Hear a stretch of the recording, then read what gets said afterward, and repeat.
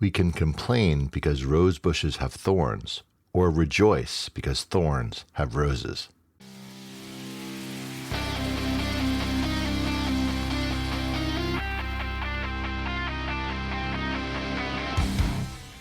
Welcome to the Throttle and Roast podcast. I'm your host, Neil Smearshart. If there's a sameness to your rides, same place, same route, same people, you might be in need of a change of perspective. Oftentimes in life, we run on autopilot, just doing the things we're used to. This almost mindless approach can leave us wanting more. There can be a lack of inspiration. It can also cause us to lose focus, which could lead to a crash when we're riding. What if we borrow from some of photography's fundamentals and change our perspective on riding? I'll look at ways you can make changes to how you think about riding and maybe see a new side of riding and rekindle that spark that got you riding in the first place. Now, we looked at changing the roads you use a little bit in the Steppenwolf Had It Wrong, Get Out on the Back Road episode. And I still believe that changing up your ride is the best way to keep your passion for riding going. But different roads isn't the only way to keep it feeling fresh. Now, in photography, one foundation is what a normal lens is. Now, for a 35mm camera, which is what most of the cameras that have been very popularized over the 20th century into the 21st century have been, this is often called the nifty 50 or a 50mm lens. The key thing is that the relative size of objects in the frame appears similar to what we would see with our own eyes. And whereas when we use a wide angle or a telephoto lens, the view of the world feels different than our normal view. Likewise, the vantage point or the angle that we see the world can also provide something new. Sometimes in photography, we're encouraged to get down low and see the world from this vantage, which is different than our normal view, just walking around. And we also might get up high and look down. Who hasn't climbed to the top of a tall building or a mountain and sat in awe of the view looking down? Or reverse it and stare up in the sky or up at a tree. Notice how the lines of a tree trunk seem to converge near the top, yet they're wider at the bottom. And this change in perspective is what really makes it more interesting. So sometimes seeing something differently is about changing your vantage point, or even just getting closer or further away. What if we could apply that same mindset towards motorcycles? Now, you might only use your motorcycle for leisure riding, as many of us here in North America and in Europe do. So what I might suggest to you is look at how you might change it up with non-leisure trips. What if you take your bike and use it for your normal daily commute? Go into the office, go into work, whatever it is, and take your bike instead of another way of transport. So instead of driving to work, take your motorcycle to work. It's going to be a very different experience because now you're getting out on your bike for what might feel a little bit more of a chore of driving to work. Well, now you get to do it out on your bike and change it up, have a little bit of a different feeling, and quite honestly, also get a lot of extra miles under your belt. You can also use your motorcycle for errands. If you were just going to run down to the store to pick up a very small, quick little item, well, why not take your bike instead of your car? It's going to be a much different experience. And just throw it in a backpack, whatever you've got, or if you have saddlebags, you can throw it in there. Do your bike for those errands that you normally would have taken a car for, and all of a sudden it changes your experience. Your way that you think of the bike from being a purely leisure vehicle to being a vehicle that can have multiple uses actually change dramatically when you do these two things of going on your commutes and doing these errands with your motorcycle. It's a really incredible change where a lot of us don't necessarily do that. We might be only using it in the cliche weekend warrior type of an approach and only ride a couple hours on the weekend. Well, what if you add that in of now you're using it more frequently? Your connection to your motorcycle, your connection to the world really starts to evolve of what you're doing and what the purpose of your motorcycle is. So now your motorcycle is not just this only once in a blue moon thing, and this can bring you closer to your motorcycle and what it means to you to be riding. Another way we can try this is with using a different route. Oftentimes you get out on the bike and maybe you're just trying to get to a destination. So you might go as quickly as possible and you think, I'm going to just take the highway and go along that fast path. Or even if you take a back road, you might take a relatively fast back road and your mindset is set on the destination rather than on the journey. And changing this simple focus in your mind really can change the experience, and oftentimes for the better. So one way to do this is think of, instead of that rush, what if you took a meandering path? Don't worry if it's a fast-paced road. Take something that's maybe a little bit slower. You don't have to go through there. I'm not trying to rush. It's not a thrill. It's just a relaxing endeavor as you're just going through maybe a country road. And one thing that I found really helps when you're trying to focus on this type of a mindset is changing, I have to be at this place at this time. Get that out of your mindset and just be, I'll get there when I get there. This is incredibly freeing when you have that opportunity, and it changes the way in which you're using your bike. Your bike is not just to be about speed. Your bike is about enjoying the journey. Stop. Look at that roadside attraction that you see. Take that time. Don't be rushing. So beyond the different routes, you can also start to think of different destinations. Now that I've spoken to many riders and they kind of end up going to the same place. Maybe it's the same restaurant or even the same coffee shop on many of their rides. It's comforting to be there in the consistency, but it can also start to feel a little stale. And it's the same thing over and over and over again.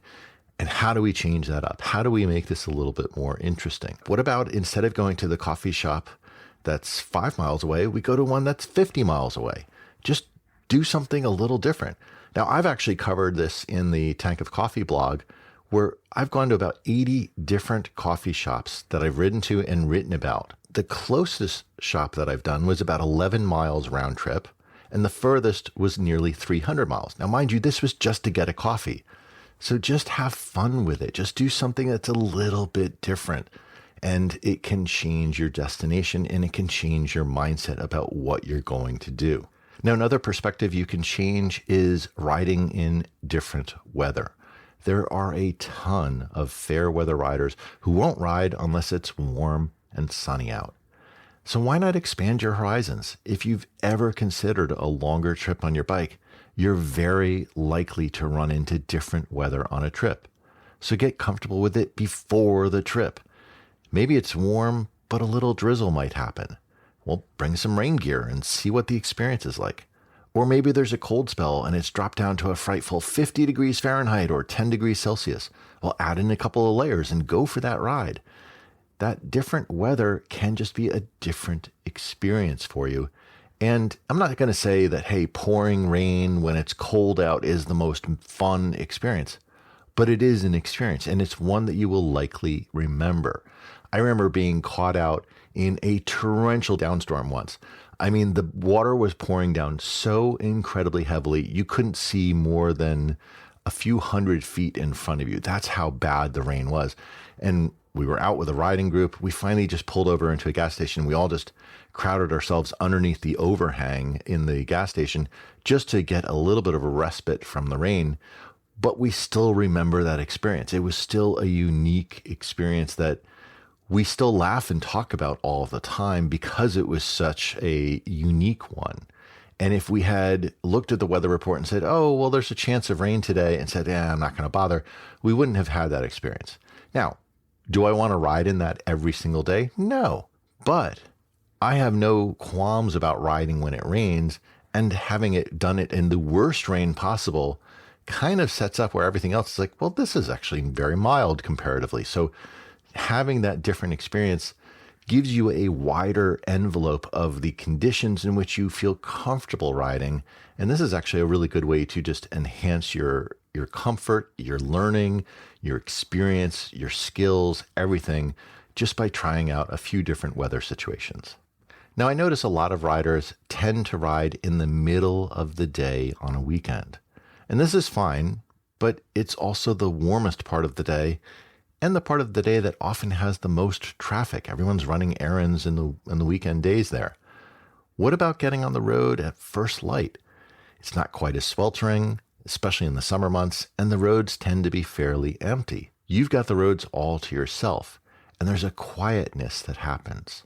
You don't have the din of the traffic as you're riding along. It's just you and your motorcycle. So it's the sound of your engine, the sound of your tires against the pavement, and that's it. Rush of the wind past your helmet. That's the extent of it. There's nothing else beyond it. And this is a really interesting experience. There's actually a podcast put out by the BMW MOA, or the Motorcycle Owners Association, in which the name of it really sums up this mindset perfectly. It's called 200 Miles Before Breakfast. And that's the key thing, is get out really early, go for that ride, and then you can stop somewhere for breakfast. This is actually one of my favorite things to do, is I'll ride to breakfast. And it might be, a state away, but that's fine. You're doing something a little different. It's not only the middle of the day. You get out early, got the whole rest of the day to continue to explore. Now, a lot of the stuff I've covered thus far is really what I'd classify as sort of the day trips, or the day rides, if you will. You're just going out for a ride for that singular day. Well, a lot of riders actually do decide to expand their repertoire and go on a trip on their bike, and they may ride somewhere. But sometimes they may kind of do the same old with when they go on the trip. They're always traveling to the same kind of place, the same kind of experience. And a long trip by motorcycle is a unique experience, and one that I think a lot of people should enjoy. But there are riders who insist that they have to stay at a motel just off the interstate. And while this is convenient, there's an urgency in the pace of these type of places that creates a different experience for you. Sometimes changing up the atmosphere of where you're staying can change the reaction and the response that you have to staying there. So if you're always staying in these hotels that are right off the highway, you miss out on some areas that might not be right near the highway. And this lets you slow down a little bit. That same thing of the meandering path, slowing down often lets you see things that you wouldn't see if you're just rushing past it. So what if instead of staying at some chain hotel on the side of the highway, what if you instead stay at a B&B in a small town? Just change it up. Do something a little bit different. Have that experience where it's a relaxing morning as you come up and you have breakfast with the hosts, or you explore and walk through the town. Just change it up a little bit. Now, if you're really daring, how about strapping a tent or a hammock onto the back of the bike and finding a place to camp each night? This is my absolutely favorite way to travel on a motorcycle. We're out and exposed to nature on the bike anyway when riding, so why not just continue the theme? Now, there are those who say that they dislike camping. It's uncomfortable, and I can see that. There's definitely some truisms to that experience. But if you have the option to use a hammock, it might just be the best night of sleep you've ever had. Fresh air, a gentle sway in the breeze, and nature is rocking you to sleep. It's such an amazing experience, and I would encourage you to give it a try and give it a go. Now, if you don't want to do hammocking, or if there's not really a lot of options, I'll actually put in a link to the show notes for what I think is one of the coolest tents that's out there, which is the Wingman on the Road. This is the Toucan tent that I actually have, and it's a canvas tent. You can actually pack it all up. It's all one piece. You're set up from on your bike to ready to lay down in about 5 minutes, because it has the mattress, it has the sleeping bag all built into it, and you just set it up with a handful of poles, and it's super, super easy to get set up, and it's got some great positives to it. So there's a few different ways that you can do camping on a motorcycle. Now, it's a bit of a cliche, I know, but you often see a pristine, clean ADV bike, often a BMW GS, parked outside of a Starbucks. Now, while I'm a big fan of ADV bikes, and I think they can be the right choice for many riders, they really are intended to get a little bit dirty. And it doesn't mean you have to jump straight from perfectly paved highways to single track, but what about taking a few unpaved roads instead? Get into the farmland in your area and go on the roads you might have avoided before. This is a way to experience your ADV in the way that it's really intended, but also to see the world a little different than your day by day. If If you're only on massive paved roads all the time, you're missing out on that part of nature that really slows you down. It gives you an experience, that viewpoint we talked about from photography, of something you don't see every day. So get out onto these dirt roads with your ADV bike. Likewise, sport bikes have a ton of power, and it can be addictive to twist the throttle and be at extra legal speeds before you can say sport motorcycle. But why not bring that need for speed to the track? You'll be in a controlled area, no worries about cars turning in front of you or wildlife running out from the side of the road, and you can push yourself and your bike in ways that you can't do on public paved roads. And finally, one of the best ways that I think you can change up your perspective of riding and really see your riding through a little bit of a different lens is realize where you are. You got your license, and that may have been the last time that you did any sort of formal training. Well, why not take an advanced riding course? Have instructors observe how you ride and make suggestions on how to improve it. Are there aspects of riding that have always made you nervous, like slow speed maneuvers or leaning through a curve, or even riding off-road, as we just talked about with ADV bikes? Take a course and learn how to acquire the skills and the confidence that will help elevate your riding experience and give you a new viewpoint on what you're doing and how you could make it even better. So let's wrap up. We looked at how photography teaches us that perspective and vantage point can change our impression of the same scene. We then examined how we could apply that to our riding. We discussed using our bike not just for leisure rides. We delved into different routes and different destinations, and we investigated how we could try different accommodations while traveling. Next, we looked at how you could use your ADV bike for more than just a Starbucks run, and how a track day could be the fix for your sport bike, or really any bike for that matter. And finally, we looked at how to get an outside perspective from training could help refresh our riding. So my question for you this week is, what is one thing you find yourself always doing in your riding that you want to change? Share your thoughts through the text the show link in the show notes, or leave a voicemail at throttleandroast.com/voicemail. Thanks for listening. I'll talk to you next week. Hey, if you enjoyed this episode, please tell a friend about the show. You can often share an episode directly from your podcast app, or you can direct them to throttleandroast.com. Word of mouth is the best way for us to grow and find new listeners, so I really appreciate your help.